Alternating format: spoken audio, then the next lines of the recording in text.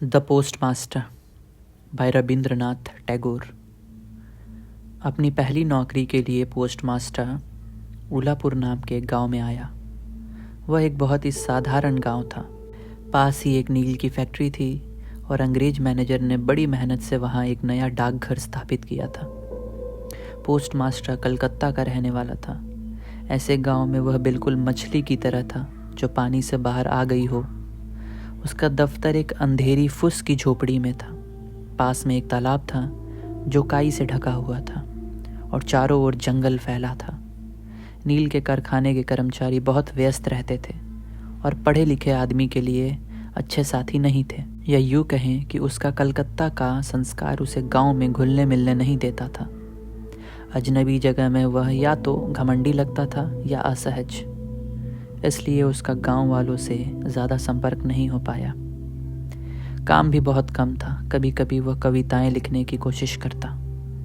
पेड़ों की पत्तियों का कांपना या आसमान में बादलों को देखना, कविताओं में वही आनंद झलकता था।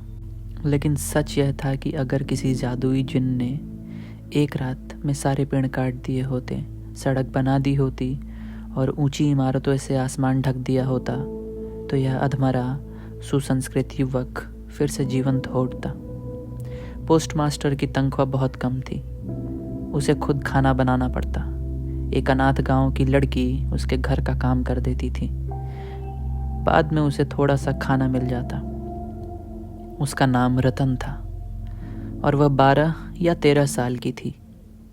उसके शादी करने की संभावना कम ही लगती थी।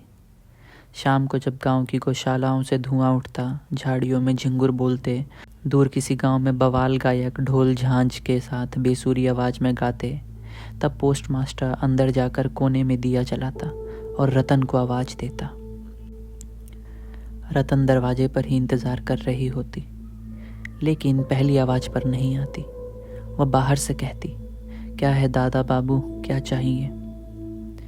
क्या कर रही हो? पोस्टमास्टर पूछता।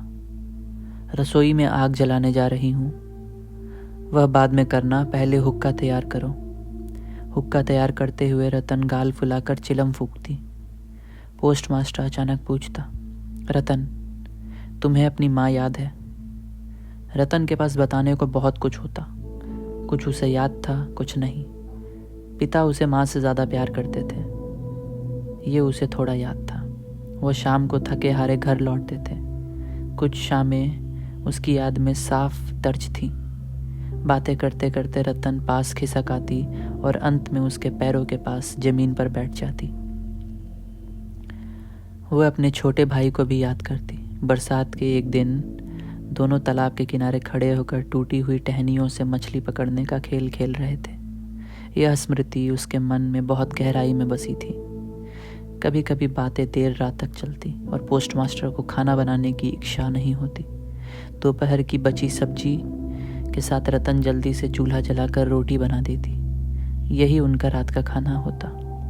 कभी कभी पोस्टमास्टर अपने परिवार, माँ, बड़ी बहन और छोटे भाई की बातें करता, जिनकी याद में उसका दिल दुखता था। वह अनपढ़ लड़की से वे बातें कह देता जो वह कभी नील फैक्ट्री के कर्मचारियों से ना कहता। धीरे धीरे रतन उन्हें अपना परिवार ही मानने लगी और मन में उनकी तस्वीरें बनाने लगी। बरसात के मौसम की एक दोपहर थी। हवा हल्की गर्म थी।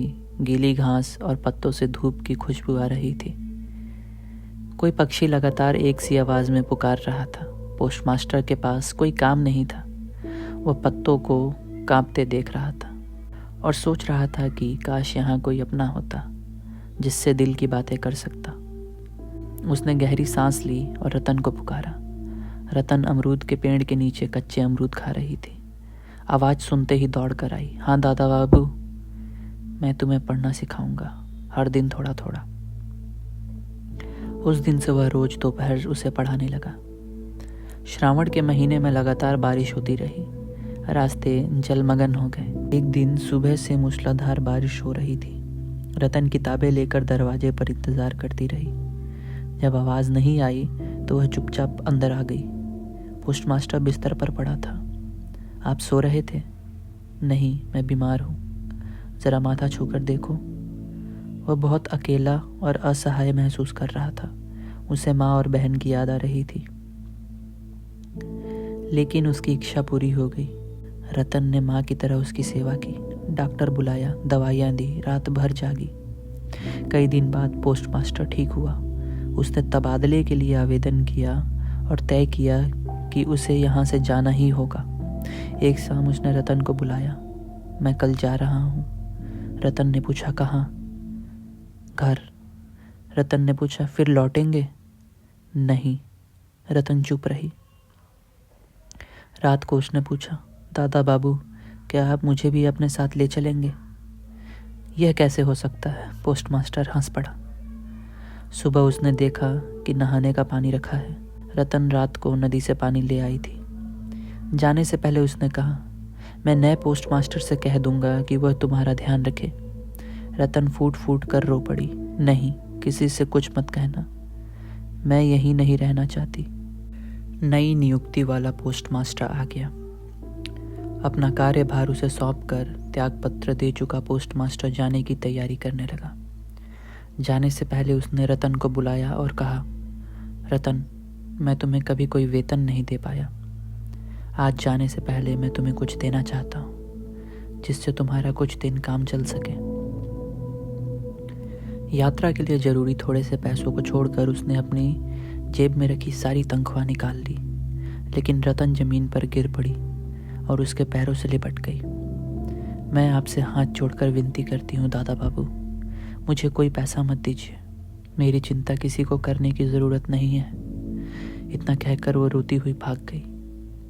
जाता हुआ पोस्टमास्टर गहरी सांस लेकर अपना थैला उठाकर कंधे पर छाता रखा और एक कुली के साथ, जिसके सिर पर नीले सफ़ेद धारीदार टिन का संदूक था, धीरे धीरे नाव की ओर बढ़ा। जब वो नाव पर बैठ गया और नाव चल पड़ी, जब नदी का उफनता पानी मानो धरती के छलकते आंसुओं की तरह हिलोरे लेने लगा, तब पोस्टमास्टर के मन में गहरा दुख उमड़ा। उसके सामने एक सीधी साधी गांव की लड़की का शोकाकुल चेहरा उभर आया, जो मानो पूरे मानव जीवन के अव्यक्त दुख की कहानी कह रहा था। उसके मन में तीव्र इच्छा हुई कि वह वापस लौट जाए। क्या उसे उस अनाथ लड़की को अपने साथ नहीं ले जाना चाहिए, जिसे दुनिया ने यूं ही छोड़ दिया था? लेकिन तब तक हवा बालों में भर चुकी थी, नदी का धारा तेज हो गई थी, गांव पीछे छूट चुका था और नदी के किनारे का शमशान दिखने लगा था। नदी की धारा से कटकर वह दार्शनिक भाव से सोचने लगा, जीवन में कितने ही बिछोह होते हैं, कितने ही मौतें होती हैं, कौन किसका है इस दुनिया में। लेकिन रतन के पास ऐसा कोई दर्शन नहीं था जो उसे सांत्वना दे सके। वह बस डाकघर के आसपास भटकती रही और फूट फूट कर रोती रही। शायद उसके मन में अब भी कहीं यह हल्की सी आशा बची थी कि दादा बाबू लौट आएंगे। यही क्षीण आशा उसे वहीं बांधे हुई थी, उसे दूर जाने नहीं दे रही थी। अंततः वह आशा छूट जाती है, नसों को चीरती हुई हृदय का रक्त बहा ले जाती है, और फिर चेतना लौटने पर हम दोबारा किसी नए भ्रम के जाल में जा गिरते हैं।